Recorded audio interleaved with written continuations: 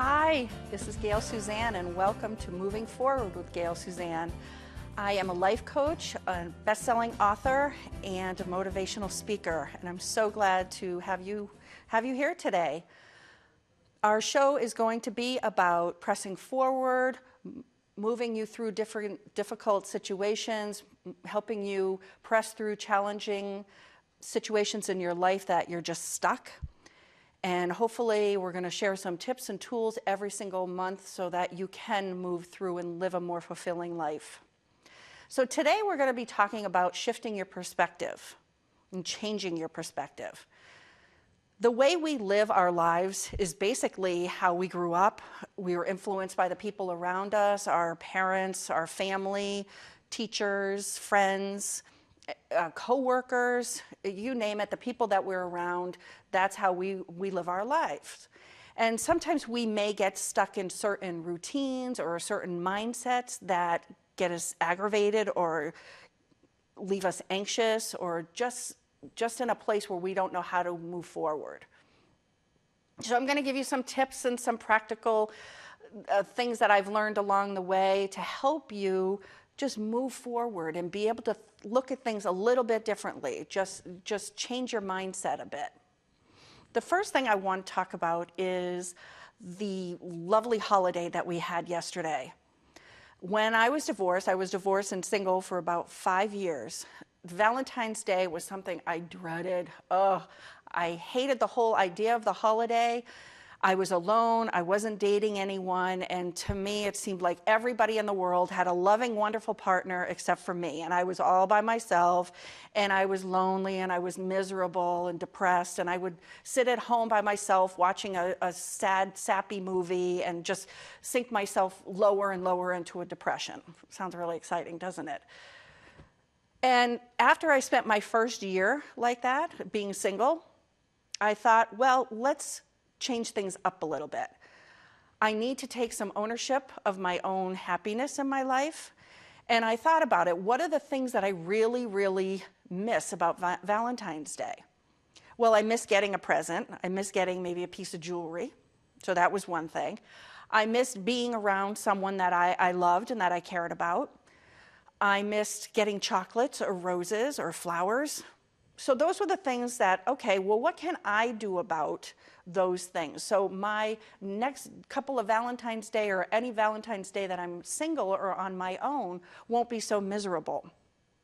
So I thought about it, and I had a gift card for Christmas. And before Valentine's Day the next year, because I was determined to change my situation, I used one of my gift cards at Macy's and I bought a ring. Rather than buying an iron or a blender or something for the house, a vacuum, I'm like, you know what, I'm gonna do something for myself. So I bought myself a really pretty ring. Didn't cost me a dime because I had the gift cards. And it could be anything, you know, a pair of earrings that are 10 bucks, whatever, just something that I liked. I went to the grocery store after that and I bought myself a $4.99 bouquet of flowers in the grocery store. I think they were carnations, but they were really pretty. And I bought myself the chocolate that I love, the Hershey's chocolate. And I decided to think about people that I knew that might be single also.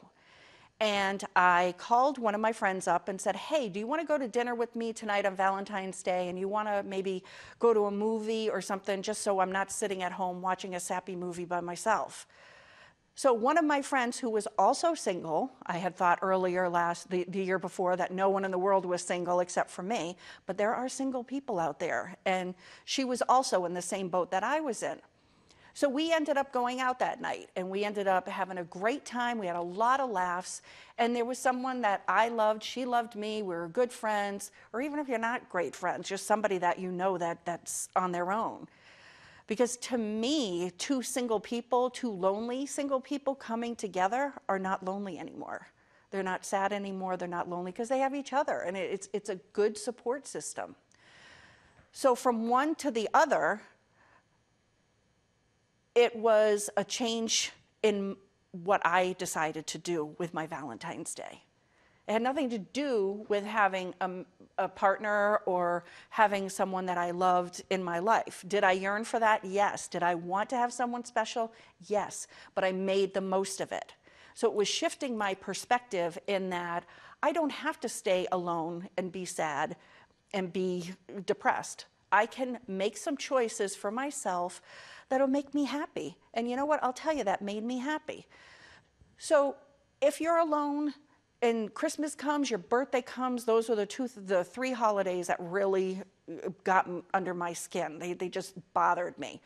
So what I did and what I do now for Christmas, let's say, I'll buy myself something every year. It may be something as small as a $3 picture frame that I really think is pretty. I'll wrap it up and I'll put it under the tree for myself, and that's my present to me. And I do that all the time for each of the holidays because it's important to me that I take care of myself. I have a husband now and he can get me presents too, so it's a win-win. But I think this is a good way to look at the holidays where you get lonely, where you get sad, because there are other people out there also. Okay, that was my first little thought, my mindset. Second one is it's okay to do things alone sometimes. When we are in a changing situation, we may want to go to workshops, and we may want to go to networking events or go to school or something, and the fact that we're going alone may hold us back from actually doing it. How many times people have said to me, oh, nobody's going to come with me, so I'm not going to go. None of my friends want to go, so I'm not going to go. But doing things alone is not necessarily a bad thing. In my life, I had to start doing things alone. And it's regardless of whether you're with someone, not with someone, in a relationship, not in a relationship, it doesn't matter. I believe that when you do things on your own, it stretches you, it helps you grow. It gets you to the point where you're forced almost to talk to people that you're not sure of, you're not friendly with, or that you don't know. If you're going to a networking event and you go with a friend, chances are you're going to be with the friend throughout the whole event, the whole party, whatever it is. So you may not go out of your comfort zone enough to meet with other people and to talk with other people and make those connections that really might be a perfect connection for you that night had you gone on your own and pushed yourself. I really, really believe this. There are certain things. I had gone to a yoga class in Kripalu. It's in the western part of Massachusetts. And I went by myself, and I really wanted to go. No one wanted to go with me. I wanted to go for a weekend. And it was the most freeing weekend of my life because I did everything on my own. I stretched myself. I met the most wonderful people in the world. The people in my class, they paired us up, and had I gone with a friend, I would have paired up with my friend. But seeing that I didn't know anyone and I went by myself, it just was like a breakthrough to me, thinking like, you know what, I can do this by myself. I can meet people. And it doesn't, I know some people are shy and they don't like to do things by themselves, but all you have to do is just smile at someone and say hi. You know, I would just go up to somebody, hi, my name is Gayle, is it okay if I'm your partner? Or can I sit with you for lunch? Or, you know, whatever it is, just make simple talk. Where are you from? What do you do? Just basic things.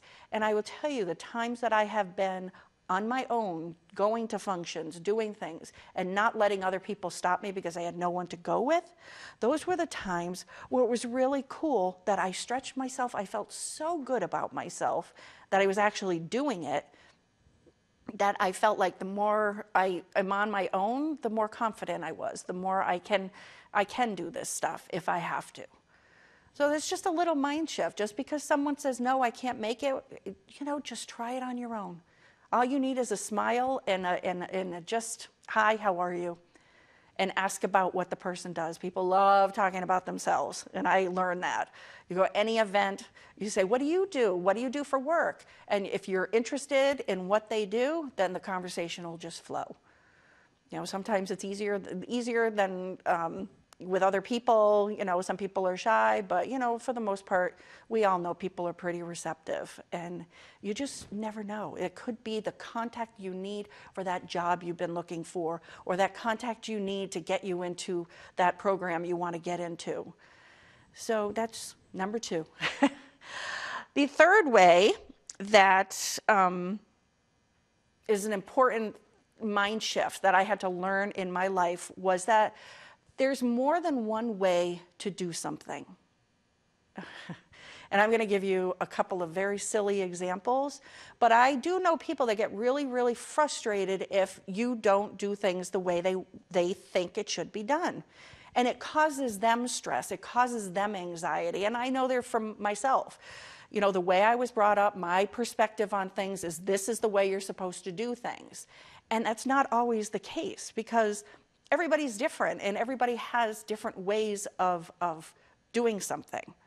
So let's take a simple example. Filling up the dishwasher.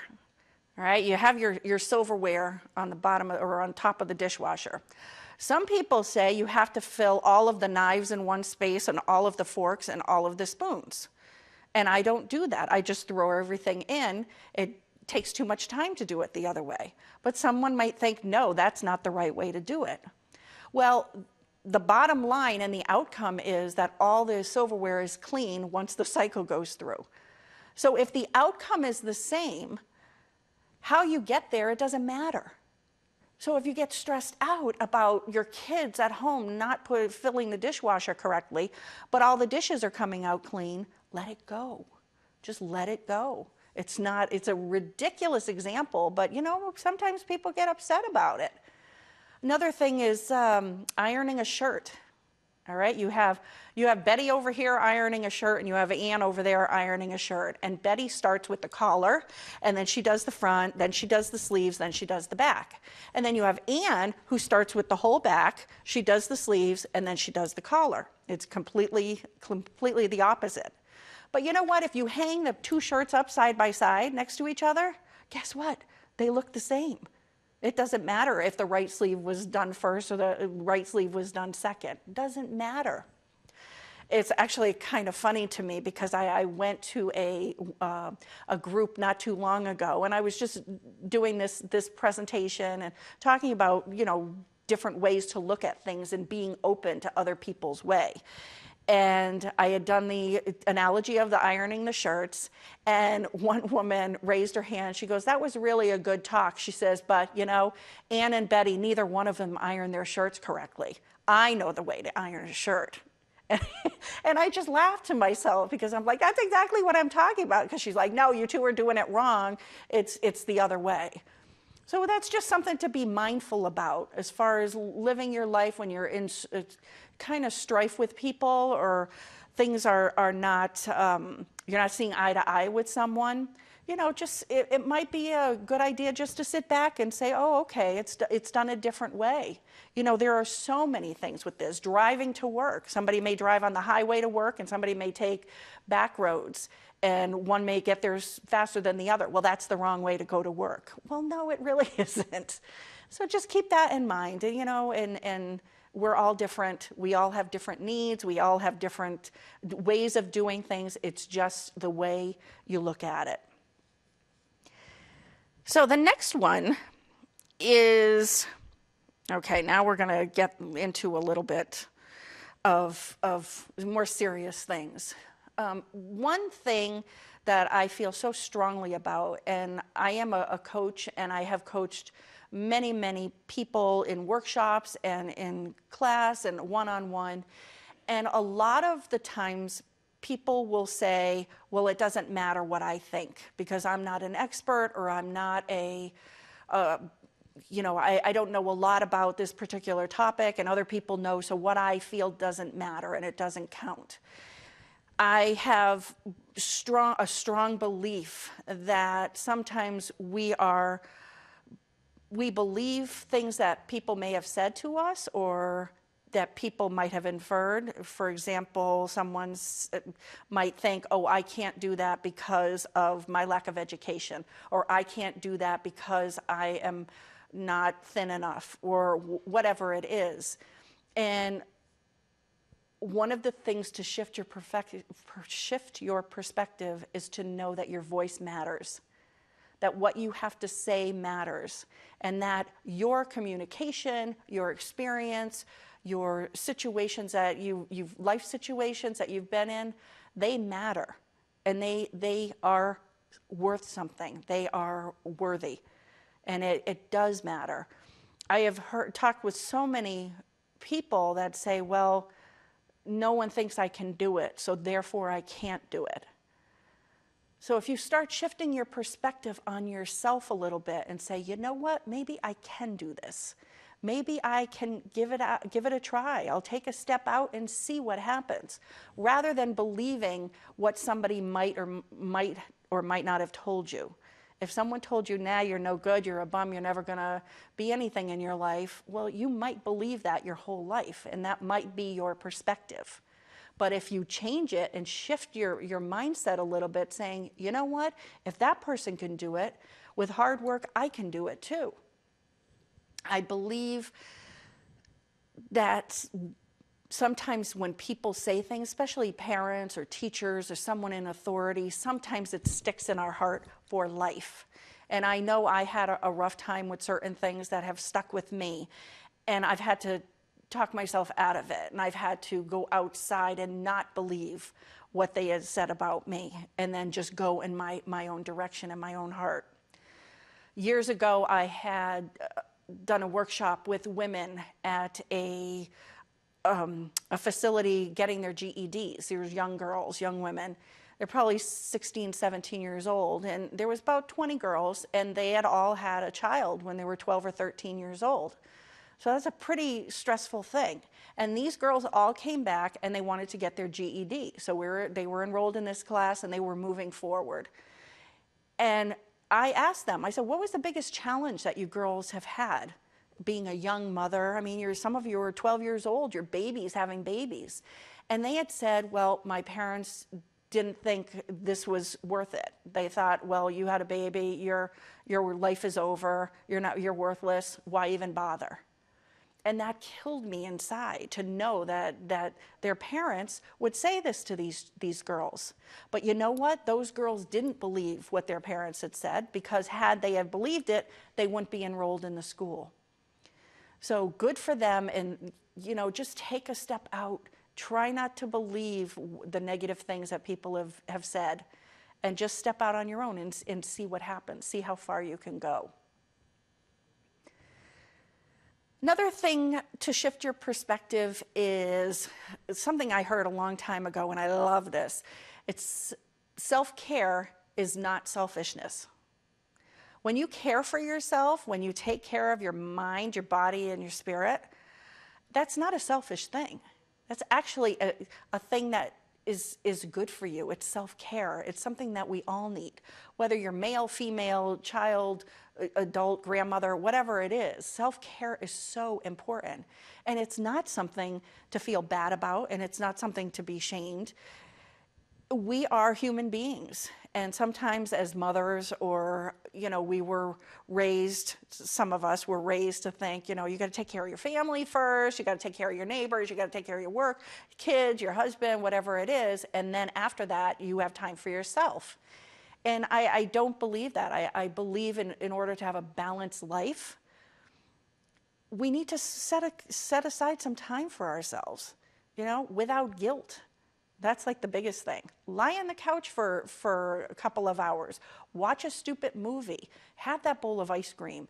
Have something that you enjoy. Go for a walk. Have a time out during the day. Say, I need a break, and this is going to be my break time. Nobody bother me. Shut the door behind you. Light some candles. Listen to some nice music, whatever it is. But self-care is not selfish. It's not selfish at all. I had heard an analogy once, you can't ride a car that has no gas in it. The gas is the thing that makes the car run. Like, we can't be human beings and live and survive if we don't fuel our bodies and we don't eat healthy. Same thing with our whole person. We need to take time for ourselves. We need to have downtime. And if you say no to someone else that is asking for something, sometimes that's what's needed also. We're only one person. My big thing when I started saying no was years ago, and I always thought I was the only one in Girl Scouts that had to make the brownies for the little fair that we had. And I was so afraid to say no, but I was just burnt out, and I was pushed from end to end. I just had no time. So one time I'm like, okay, I'm going to take a little step and I'm going to try this and say no and see what happens. No one threw anything, any eggs at me, or no one got really upset with me. They just said, oh, okay, Gayle, and they moved on to the next person. I thought it was going to be the biggest deal in the world to say no, but it really wasn't. And at that time, I needed to say no to take care of myself, so I wouldn't be up till 12 o'clock at night making brownies from a box. Oh, all right. And the last shift your perspective thing I just want to bring up today is another toughie, and it's forgiveness. And it's letting go of the anger you might have for someone. You got into an argument or some kind of disagreement or whatever it was, and let's say you're not speaking for a long period of time, and you're not going to your cousin's baby shower, because that person's going to be there and you don't want to see them. And this has gone on for, months. It turned into years, years turn into decades. I've had several clients and several people that I've talked to that have said, I haven't talked to my sibling in 5 years. And I said, well, what was the reason? What happened? What was the reason for it? And they couldn't remember. They had no idea. I can't remember why we had that fight. But I just know I'm not talking to them. And no, I'm not giving in. And no, I'm not going to. And I'm like, you have no idea what it was about. No, I can't remember. And relationships crumble because of that. Sometimes there's a very justified reason to not, if you're being abused, if you're being hurt, if it's a really awful situation, then it's best to protect yourself. But there are some situations that, are very silly, and just people were in a bad mood, or someone had a temper, or someone just didn't feel good that day and they just lashed out, and it might cause a rift for years. So maybe shifting your perspective and thinking, well, life is short. This person was in my life. Maybe I'll send them a little card just thinking of you. And maybe say, well, let's have a discussion to clear the air. Or maybe it's something like, okay, I want to be able to be in the same room with you at that bar mitzvah or that wedding. And I don't want to not go to the wedding anymore, so can we have a cordial relationship and be with each other in the same room? We don't have to be close. You don't have to come to my house every other day or on holidays, whatever it is, as long as you can make peace with that. Because I do know when we don't let go of forgiving someone and extending an olive branch to them, we always say, well, we're going to wait for the other person to do that. And sometimes it might be up to us to open the door of conversation and just say, hey, this has gotten way out of hand. I'm sorry for what happened. It won't happen again. Let's move forward from here. And then what's going to happen is you'll feel so much better. Because when you hold on to that stuff, it makes your heart might race when you think of the situation, your palms might get sweaty, you might get red in the face, you might get nervous, whatever it is. And if you're thinking about that person, something they did 10 years ago, they're off in their house watching Wheel of Fortune, not even giving you a thought. And you're getting all worked up about it. And it makes you hurt and it makes you sad. So, sometimes extending the olive branch, being the bigger person, sometimes they say that. I know if I don't talk with someone, there were people in my life that I hadn't talked to for a while, and I was like, okay, enough is enough. We have to come to some kind of common ground. Maybe not talk about the things that we're fighting about, but maybe we can talk about, our pets, or maybe we could talk about the weather, or talk about school or something. Something that is a kind of generic topic that we don't have to get into the thing that got us into the rift in the first place. I do believe it will make you feel a sense of relief. And if you try to reach out to the person and they don't want to talk to you, then maybe give it some time. Or just have the peace that you did extend the olive branch and that you did extend a card and say, hey, I'm just thinking about you. Forgiveness is hard. Sometimes we hold on to it, but we are hurting ourselves when we hold on to that unforgiveness. So I think that's enough for today. We kind of rambled, but I just want to just reiterate that shifting your perspective can really help you push through.